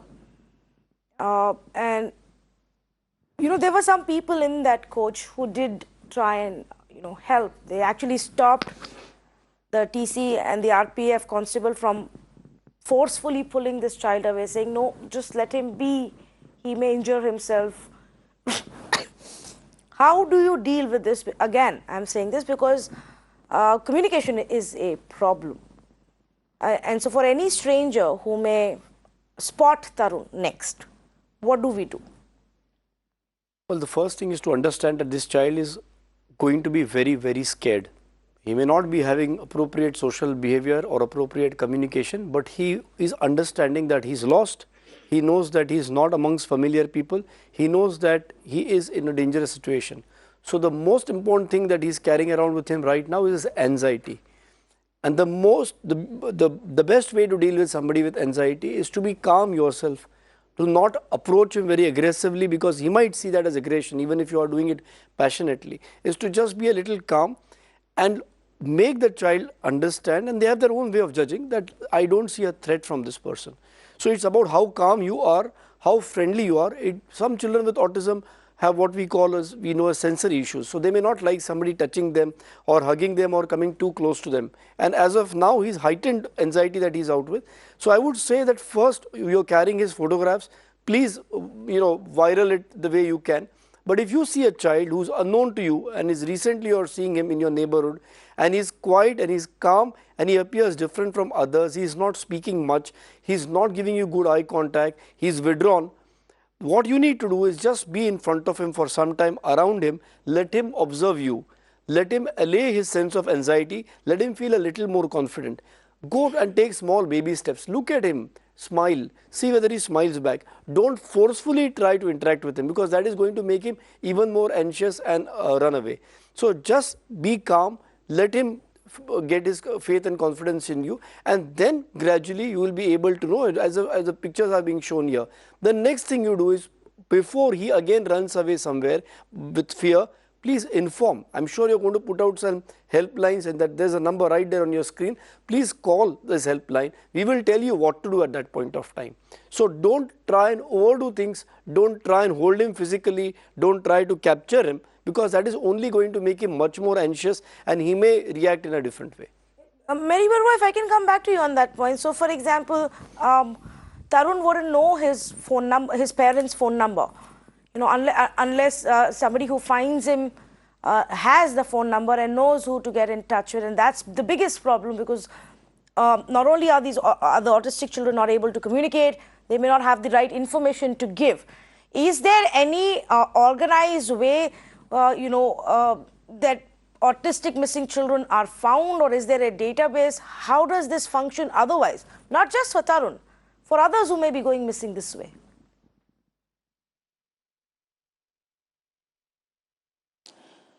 No, there is no database. And I think one of the things that a lot of parents do is make sure that there is a name or a telephone number in their pocket or somewhere on their body. They try and ensure that. The other thing to do would be, like Dr. Dalwai was saying, that ensure that once you have found a child who seems like he's got lost, that you do not lose sight of him. Just ensure that you know where he is while you send the word out, that this is the child that we have found. That's the thing to do. And of course, it's not that all children with autism will not be able to say their telephone numbers. Many of them do. They just have to feel comfortable, even if they don't speak much and they just have a few words to say. Many of them do say their telephone numbers if you ask them, once they've calmed down and if they know that they can trust you, and you say, phone number pata hai? And some of them will tell you the phone numbers, some of them will tell you the parents' names, some of them may even give you their addresses. So it's not correct that none of them will, but it is how we ask them. If we ask them in a very calm, settled way, once the child is feeling comfortable, they would be able to say that. And of course, the other, like I said, a lot of parents try and ensure that the child, if they are not able to say their numbers, the telephone numbers or any other contact details, that they carry some of the information on their body in their pocket or somewhere. Some of them even have bracelets with their numbers on it, or some have it on a chain around their neck. So some parents do that as well. Can I come in on this? But there is no database. Yeah, just to add to what Ms. Barua just said, of course, this entire mission, and we must take it as a mission mode, is to find Tarun. But I see children and parents of children with autism on a regular basis, and this is a message to everybody that make sure, I know parents, especially parents of children with special needs, they are extremely dedicated, they are extremely focused, and you obviously find them giving much more care than other parents.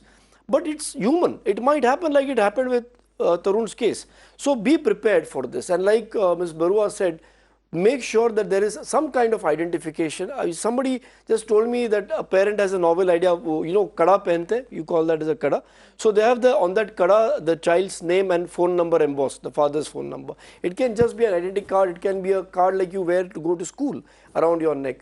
Because eventually some of the children do have a repetitive behavior and memory. They might have memorized the number, like Ms. Barua said, and he may be able to say that, but some may not. They may not know the address. So there has to be, and I would request, there are parents now who have a small tracking device which is kept with the clothes of the child. There is older children who carry a mobile phone. So there's a friend of mine who has this Google app on which there's a tracker. So the father can track where the child is when he has the phone on him. But of course, the child has to be in a network and the phone has to be charged. So what my plea is to all parents is, let's put our minds together to how we definitely can prepare for such a unfortunate thing happening, and we can have something there. One more point quickly I'd like to make is about the RPF or the police or anybody or even doctors. Why just, look at one particular, why not doctors also? See, there's always an SOP, and I have a great friend of mine, Mr. Anand Talolikar, who helps us, that every company has to have an SOP. I understand, there has to be an SOP. But besides an SOP, every company has to have a set of values. Yeah. What do we stand for? And I think one important value that every organization must have is care. And that care need not have an SOP. You don't need to be told, if you see somebody suffering, do one, then do two, if or not this. You don't need to do that. You need to just understand, I need to show him care. And that cannot be equated to a charge sheet or to a, somebody doing an investigation. Did you show care or did you not show care? If that's enough. And if that is not, if that should be trained. So rather than just training on SOPs, we should bring this into our forces, into everybody who is connected with public service, that beyond your SOPs, you have to show care. And it's unfortunate in India that we don't care for human life. The Constitution of India, the Holy Book of India, enshrines the right to life and the right to life with dignity. But it's not only a particular person's duty to do it. It's everybody's duty, because all of us are bound by the Constitution. And the one thing that we are bound by the Constitution to is to the right of life and the right of life with dignity for every human being around us, especially children. So I'm just trying to understand, and maybe Akila Vaidyanathan, you and then Jayashree Ramesh can come in on this one. Why would it have been so difficult for, any of those officials at any of those railway stations or those who are on the train to show that little bit of humanity and say, okay, we will get you to the right people who can help you? Akila, none of them did that. There were some calls that were made to the parents later when the parents went around putting posters. And there was this official who was in the parcel office next to the RPF post who said, well, the RPF guys had him. 2 days ago, I saw that. I was here on duty. And then the parents said, yes, they did. And then they just, dumped him somewhere else. How can it be so difficult? Is it lack of awareness or simply lack of sensitivity because they're overburdened, they don't care? Certainly one of the only things... lack of sensitivity and humanity, that's it. Lack of sensitivity and humanity apart, I don't think there is awareness. They haven't interacted, for example, with enough children with autism. Maybe as a part of the training, they need to be, sensitized and made to interact with different kinds of people who might need help in order to identify them.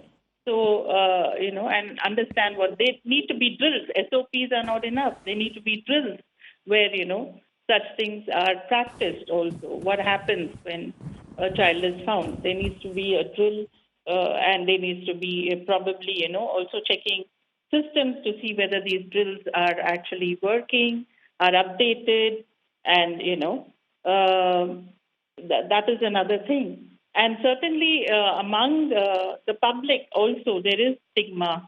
There is, just an attitude of this is not my business.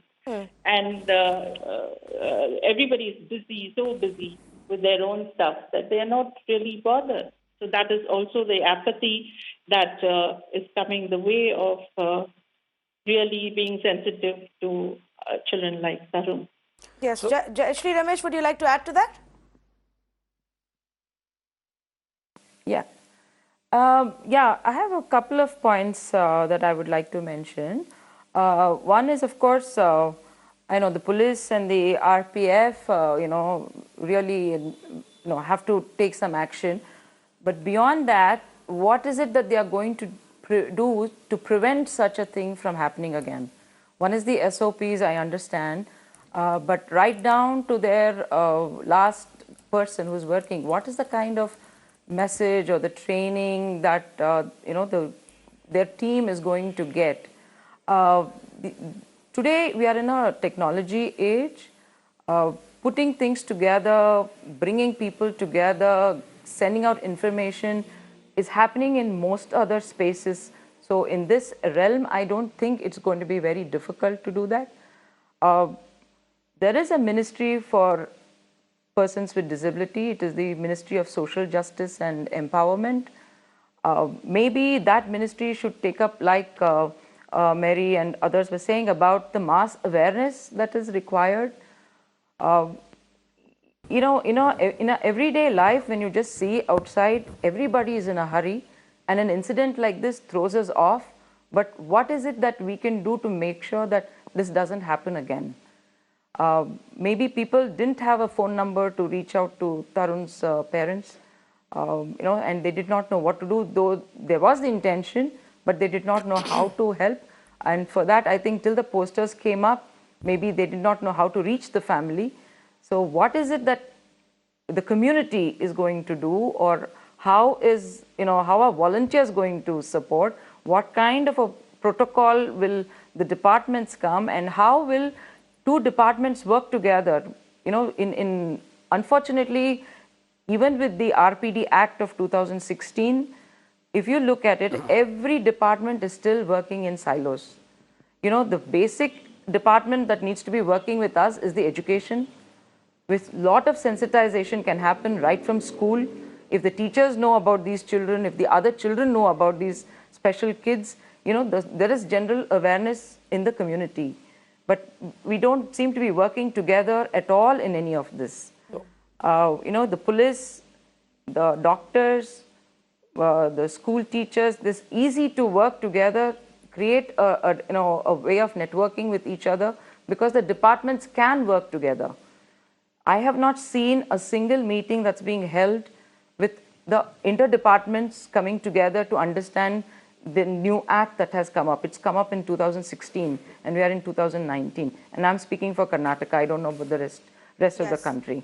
So if we don't move together and take this matter, each one is going to have a problem at every step.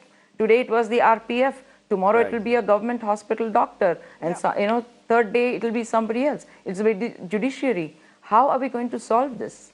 Yes, and perhaps many of us, what that constable did, as inhuman and cruel as it seems, I don't know how many people who may have spotted Tarun would have also stopped to help him, to ask him if he is lost, if he needs to get somewhere. That also is something that we all need to introspect about. Dr.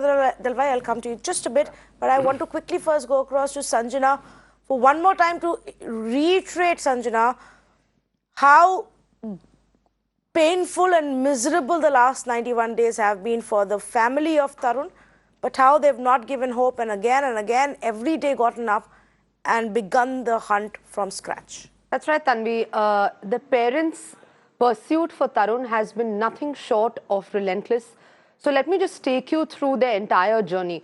Now, from just the 1st to 8th of October, Tarun's parents searched for him at CSMT, they searched for him in Kolaba, they searched for him in Badala, they searched for him in Chembur, they searched for him in Dadar, in Shivdi, in Ray Road. All of these are areas in Mumbai. They searched for him. For the first 7 days, they were only looking for him in all these areas. Now, after that, on the 8th of October, Tarun's family, now his father's friend, actually got a tip-off that he had been seen at the Panvel station. So his family, accompanied with a police officer from the Mumbai police, went to the Panvel station, and that's when they saw the CCTV footage. Now this CCTV footage was extremely crucial because that's essentially where his parents came to know that this RPF constable had put him in that cargo compartment of the outstation train. On October 8th at about 11:30 in the night, his family travelled to Sawantwadi because that's what the CCTV footage showed. They travelled by road, and Tanvi, like Vinod Gupta said on the channel just earlier, and to our viewers, that they stopped at every station. Every station is when they made a stop. Now, right after that, on October 8th itself, his family travelled to Sawantwadi by road. That's when they checked every station on the way. If I can just, on October 9th, Tarun's cousin, now his cousin was sent to Goa. Tanvi, I'd just like to say here, and for our viewers, Tarun's family actually travelled twice to Goa. First, they sent one of his cousins. Then they received a tip-off from another caller saying that, he was been spotted in Goa. They went there, did not find him, and the caller said that he had probably gotten confused. After that, on October 9th itself, when the family reached Sawantwadi, they found out that Tarun had boarded another train. Now, this train was Mumbai bound. It was the Jan Shatabdi Express. So, once again, his family made their way back to Panvel, and in the midst of that, they received another call, like I said, saying that Tarun had probably been spotted in Goa. So that's when another member of the family left for Goa, but they did not find Tarun there. This is all happening on the 12th of October. Now, post-October 12th, what has been happening is that the family drew out a list of passengers that were all present on that train where Tarun was sitting on the reserved seat. That was in Chiplun. The family pulled out this passenger list of the D10 compartment, but then multiple versions emerged. Because some of the family, some of the passengers said that, you know, they had seen Tarun in Thane. Some of them said that they had seen Tarun in Dadar. But yet, the family's pursuit of their son has been continuous despite all of that. Sanjana, thanks for really, putting that as a timeline. And of course, it continues. This was just the beginning in the initial days. Every day they're still going out. Every day they're going to a new police station. Every day they're putting out more posters. The numbers are on your screen. If you've spotted him or if you spot him anywhere, please save these numbers. Keep them with you. And if you see Tarun somewhere, firstly, approach him. His family says he responds to his name. And that's one of the ways that you can get him to maybe get a little comfortable with you, trust you, and follow you if you then take him and bring him to his family. The numbers are on your screen. That's how you can get in touch with his family and tell them to come wherever you are with Tarun there. Dr. Dalwai, you wanted to make a point. Yes, so again, to reiterate that we need to look for Tarun. But the other larger point, somebody mentioned about social stigma and taboo. Now let's understand that autism as compared to a physical handicap is a completely different issue, because you can see a child who's physically having a physical problem, and then automatically, obviously, that your care does come out. When you see a child with autism, there is nothing physically looking wrong with the child. So you may not understand that there's something wrong. It's only when you see the child's behavior and the child's communication ability which is challenged that you feel there is something wrong. So the first instance is to prevent your prejudiced mind from thinking that he's funny or he's doing something weird, and rather than that, look at it as a difficulty or a challenge that this child and this person has, so you are able to look at it better. But in a larger picture, why is it that though autism, we have now almost 2% of the entire population has autism. It's 1 out of 58 children. That's the latest study. So it's 2% of us have this problem or this issue. Why is it that it's still not received that kind of awareness that it should have? That's also because communities target families and children who have these issues. On one hand, now we are talking about helping everybody get into, and I'm very happy, maybe this is set off a revolution. But on the whole, even otherwise, we don't have to wait for somebody to get lost to then look at him and to display our humanity and kindness. On a daily basis, we have children around us who have this problem. We have families around us who have this issue. Do we stand by and support them?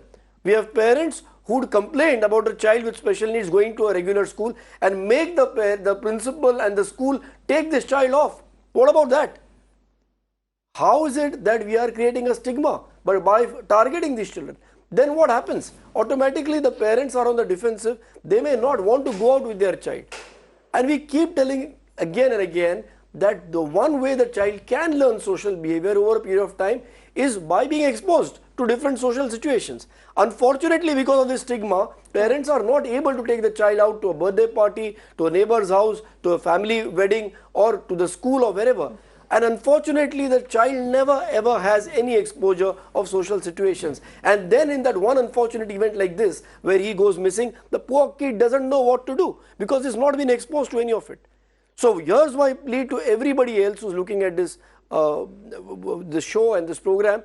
Please, you don't need to only look at something like this when there's a calamity. Yes. You need to look at it every day. How can I support and stand by a child who needs help? My definition of disability is, the disability is a condition which exists in the mind of the person who thinks somebody else can't do something. Your disability if you think somebody else has a handicap or can't do, because if you are not disabled, you would be able to find out a way to help that person. But if you can't help somebody else, you are the person who's disabled. And we should keep that in mind. Absolutely. There is something to be said about how we all simply fall for tokenism, Vinay. And, a pamphlet for the RPF, a CSR branding for somebody else, And that's that. We don't deal with this on a more humane manner. Yes, in fact, that's exactly the word that I would have used. You know, we have a CSR mindset where you will find that government organizations and private organizations will tweet pictures of how sensitive they are when they have created, say, a special provision for even a physically disabled person or a wheelchair-enabled ramp. Why should this be advertised? This is not a special thing that you're doing. Well said. This is something that should be part of what we are. And till the time we have the CSR mindset towards all of these issues, we will continue to have a discrimination. This is discriminatory in my book. Well said. Why do government agencies flood their timeline in trying to show off to the whole world how sensitive they are by putting out pictures? You know, Election Commission does that when they show ramps outside, you know, the Yes. voting booths. Yes. That's not, why is such a big deal? Why do you have to advertise that? That's something that's part of responsible governance. There is segregation starts from there itself. You're treating them as special and segregated. You're treating them as different because it's not part of our system. And that's why we are expecting the police and the authorities to show something special. This is not special. Exactly. This is how human beings should be. A child, even if Tarun was not autistic, should a policeman have behaved that way? He shouldn't. So this is not about creating anything special. This is how we need to be as human beings. And that's why from the start of the show, you and I have been using the word inhuman. This is not about SOP. This is not about protocol. Even the guidelines that you see, sensitivity towards specially abled people is a footnote in every government directory. If you see the government handbooks, all of them have a footnote. It's like the manifesto of political parties where there is a footnote that will be there for the specially abled people as well, because it makes you look like, because they're just worried about somebody asking them this question. So it's a footnote. This footnote mindset has to go away, and that's where the biggest problem is. It's a footnote, whereas it should not even be a note, because it should come in and come to everybody naturally. If it doesn't, if you don't know what autism is, if you don't understand when you see an autistic child, all of that set aside, you will at least see a child who's unnerved, who's lost, who's panicking, who's now hungry and thirsty and away from his parents, who just keeps saying, I want to go back to my mother, I want to go home, I want to go to my mother. This is that child. And I will emphasize and show you his picture again. And Vinay has one copy and we have another picture. His face is all over our screens. Please keep this in mind. The numbers are also flashing on your screens.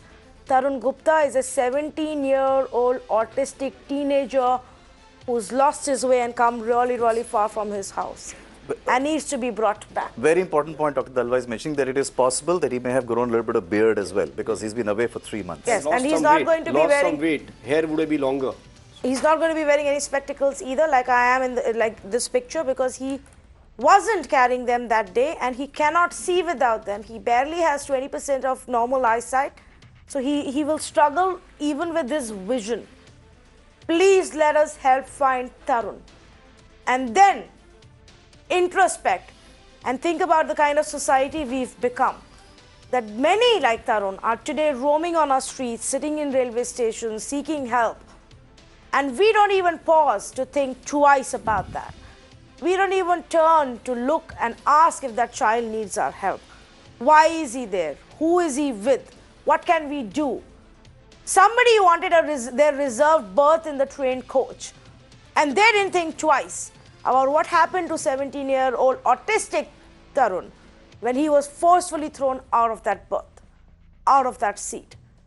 We cannot be this society, and we cannot allow this kind of inhumanity and cruelty to go unpunished. So for those RPF officials and constables whose job it was to find and take care of Tarun and not dump him in a parcel coach of a train, let us also demand that they face some action. Thank you so much for joining us on this conversation.